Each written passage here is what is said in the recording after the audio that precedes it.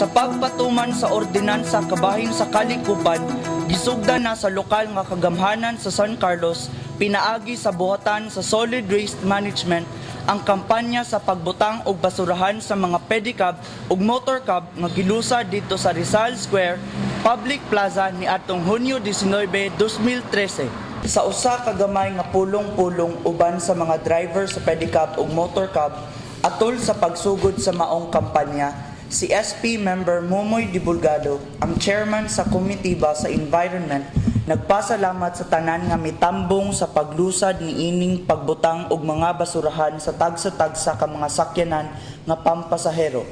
Iya nga giawhag ang mga mitambong nga dasigon ang ubang mga kaubang nga driver nga magbutang usab og mga basurahan sa ilang mga sakyanan.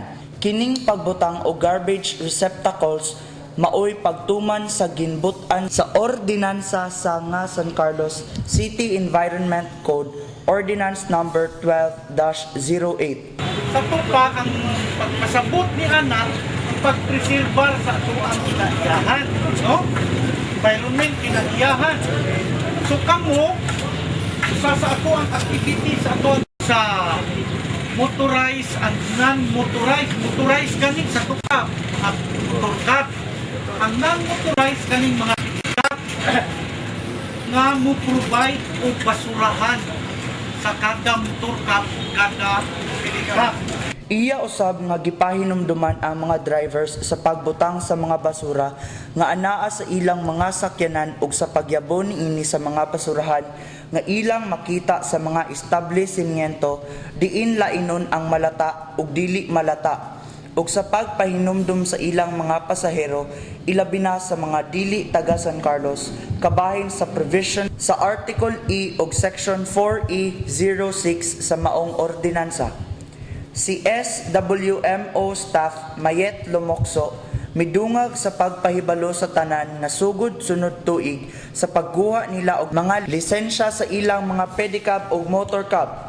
Ang buhatan sa Business Permit and Licensing ug ang sa City Environment Management Office magtino nga ang mga sakyanan aduna gayoy mga basurahan nga magamit sa mga pasahero una maaprubahan ang mga lisensya ug business permit.